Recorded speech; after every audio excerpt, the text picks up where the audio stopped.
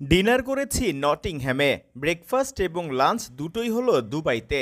এরপর তো এলাম লাহোরে, আরেকটা ডিনারের সময় হয়ে গেছে। ২৪ ঘন্টার ব্যবধানে কোথায় থেকে কোথায় চলে আসলেন সিকান্দার রাজা, তার খানিক বর্ণনা দিলেন শুধু। পিএসএল ফাইনালে অবিশ্বাস্যভাবে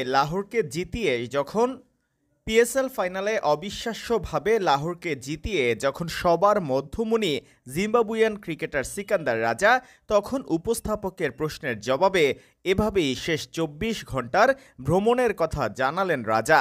লাহোরে কোয়েটা গ্ল্যাডিয়েটর্সের বিপক্ষে ফাইনালে মাঠে নামার কিছুক্ষণ আগে গাদ্দাফি স্টেডিয়ামে এসে পৌঁছান তিনি।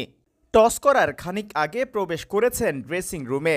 বিমানের লম্বা ভ্রমণের ক্লান্তি ভুলে নেমে গেলেন পিএসএল ফাইনাল খেলতে। এর পরের ইতিহাস তো সবারই জানা।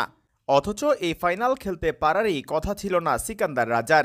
পিএসএল ফাইনাল খেলতে নামার মাত্র ২৪ ঘন্টা আগেও নটিংহ্যামের ট্রেন্ট ব্রিজে সিকান্দার রাজার সর্বোচ্চ চেষ্টা ছিল ইংল্যান্ডের কাছে ইনিংস ও ৪৫ রানের পরাজয় ঠেকাতে।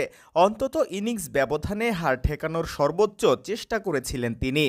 তার ৬৮ বলে ৬০ রানের লড়াকু ইনিংস শেষ হওয়ার সঙ্গে সঙ্গেই নির্ধারণ হয়ে যায় জিম্বাবুয়ের ভাগ্য। ট্রেন্ট ব্রিজে ম্যাচটা শেষ হওয়ার ১ ঘন্টার মধ্যে পাকিস্তানগামী বিমানে উঠে বসেন সিকান্দার রাজা। লাহোরে যখন তিনি বিমান থেকে নামেন তখন গাদ্দাফি স্টেডিয়ামে টস হওয়ার মাত্র ১০ মিনিট বাকি। লাহোর কালান্দার্স কর্মকর্তারা উদ্গ্রীব হয়ে অপেক্ষায় ছিলেন রাজা সময়মতো পৌঁছাতে পারবেন কিনা। তারা দুটি টিম শিট তৈরি করে রাখেন। একটাতে ছিল সিকান্দার রাজার নাম, অন্যটাতে তিনি যদি পৌঁছাতে না পারেন সে কারণে ছিল সাকিব আল হাসানের নাম। শেষ পর্যন্ত তিনি মাঠে পৌঁছালেন এবং একাদশেও থাকলেন। বাদ পড়লেন সাকিব আল হাসান। ট্রেন্ট ব্রিজে একমাত্র টেস্ট শেষ হওয়ার ২৪ ঘন্টা পর তিনি লাহোরের হয়ে পিএসএলের শিরোপা লড়াইয়ে মাঠে নেমে গেলেন।